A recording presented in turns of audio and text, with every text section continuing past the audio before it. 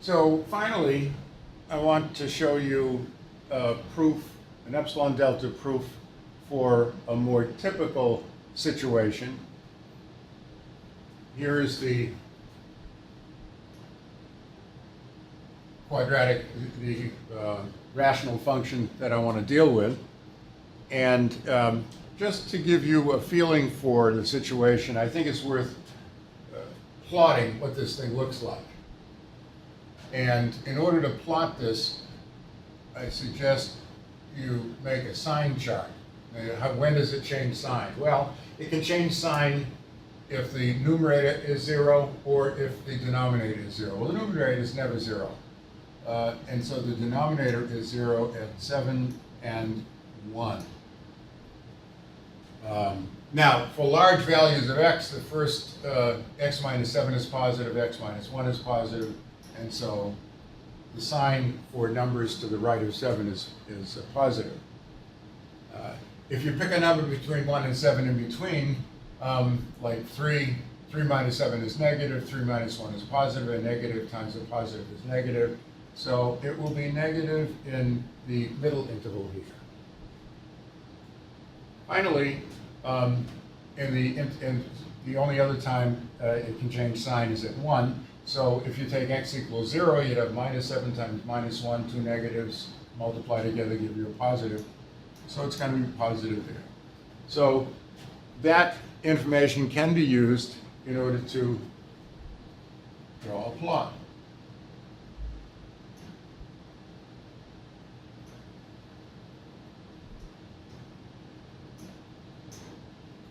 Now, x equals 7 is going to be a vertical asymptote.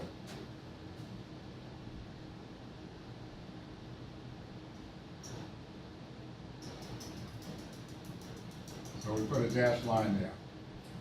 And the same is true with x equals 4, x equals 1. That's a vertical asymptote.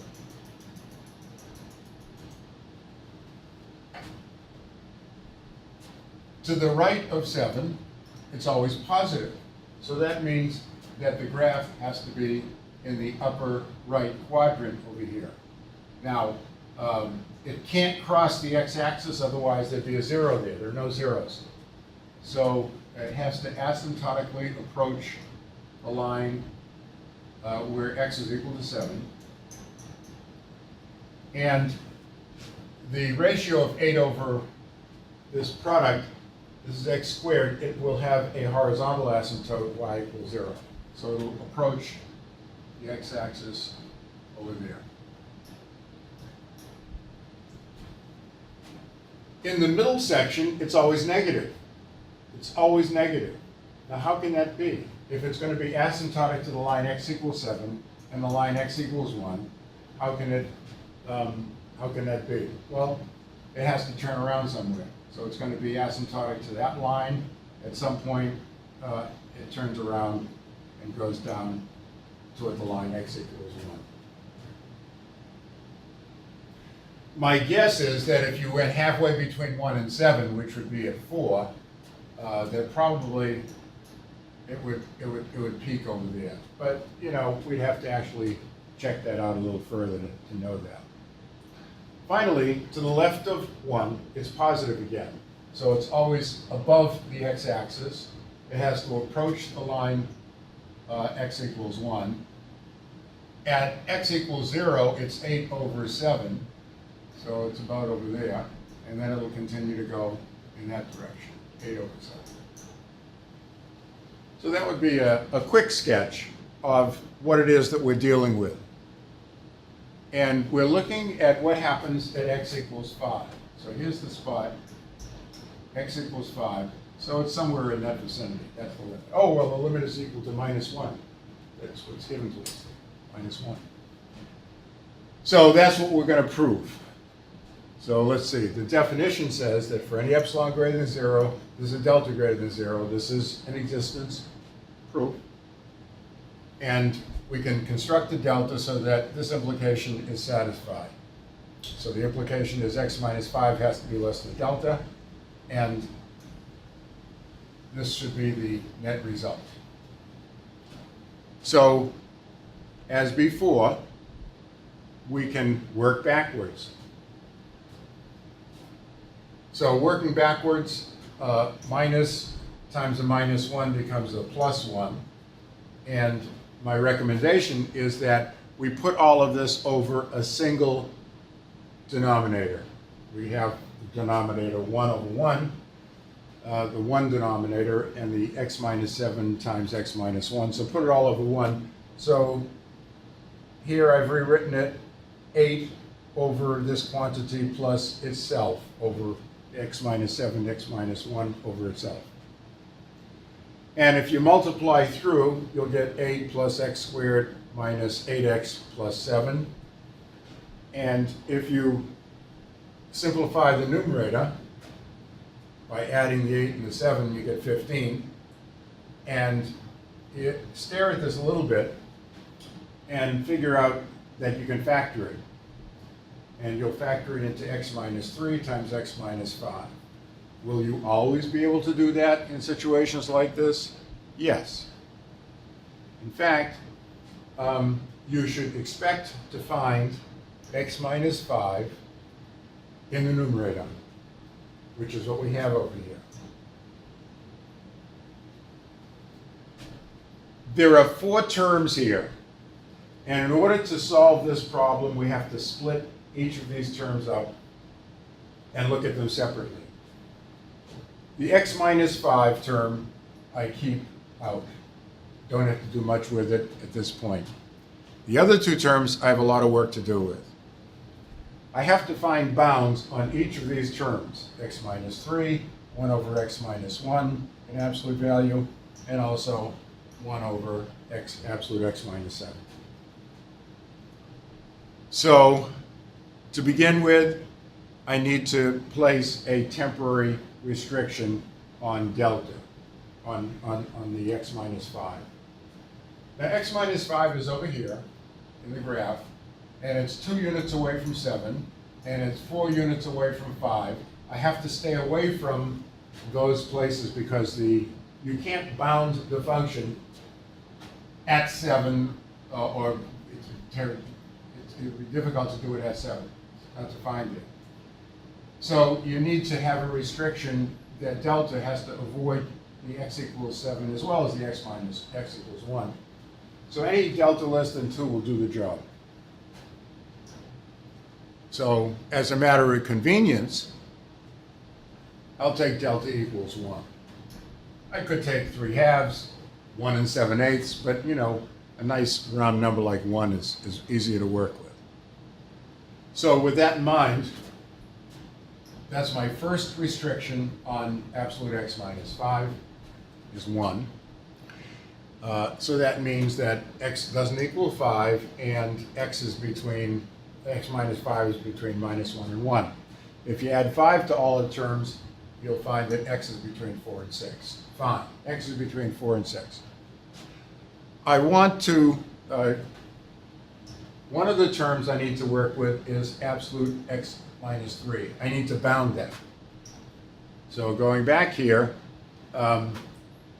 if I take the x between 4 and 6, add minus 3 to all sides, I'll have x minus 3 is between 1 and 3. So that means that the absolute value of x minus 3 is less than 3. So that's a bound that I can replace eventually. Now, the next expression is to work with x minus 1. So let me go back and take a look. We need 1 over absolute x minus 1.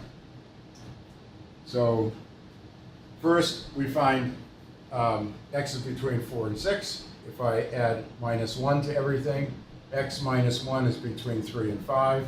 And so I can conclude that the absolute value of x minus 1 is between 3 and 5. But I'm looking to have a bound on 1 over absolute x minus 3. So if I take a look at the inequality on the left side, taking the reciprocals, 1 over 3 is going to be bigger than 1 over absolute x minus 1.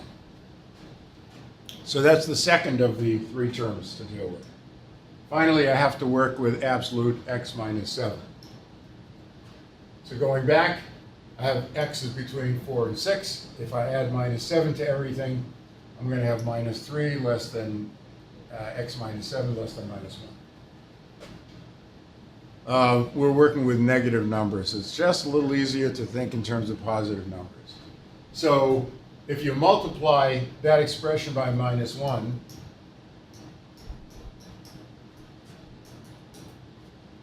I'll have reversing the direction of the inequalities. Instead of minus 3, it's a plus 3. Instead of x minus 7, it's 7 minus x. And instead of minus 1, it's plus 1. So now I have 7 minus x stuck between 3 and 1. And so that means that the absolute value of 7 minus x will be stuck between 3 and 1. But the absolute value of 7 minus x is the same. As I mentioned, it's the same as the absolute of x minus 7. So that gives me the fine thing. But I want x minus 7 to be bound, 1 over this to be bounded. So if you take reciprocals with this thing, you'll end up with 1 over x minus 7 is less than 1. So altogether, that means that going backwards, the 1 over x minus 7, I can bound by 1. The 1 over x minus 3, x minus 1 is bounded by 1/3. Absolute x minus 3 is bounded by 3. And I keep the term x minus 5. I need to keep that here. So altogether, the product is absolute x minus 5. And we're looking to make that less than epsilon. Well, so if we just set delta equal to epsilon, in this last step, we'll have that absolute x minus 5 is less than delta equals epsilon. So that will give me what I need. So we've had two constraints on delta, 1 and epsilon. So that is how we write our proof. Given epsilon greater than 0, choose delta to be the minimum of 1 and epsilon. Those are the two values that we had. And then we can just go through and repeat all the steps that we had previously. 8 over absolute x minus 7 times x minus 1 minus 1. We go through all of these steps, repeating everything. And since x minus 5 is less than or equal to 1, and x doesn't equal 5, we have x's between 4 and 6. It implies that x minus 3 is between 1 and 3, so x minus 3 is bounded by 3. And I just repeat all of the things that I've done before. We have the bounds 3 times absolute x minus 5 times 1 times 1/3. And then finally, since this is less than epsilon, the whole thing is going to be less than x minus 5 and absolute value less than epsilon. And that would complete the proof. Okay? So that's one more illustrative example of epsilon delta proofs for a rational function.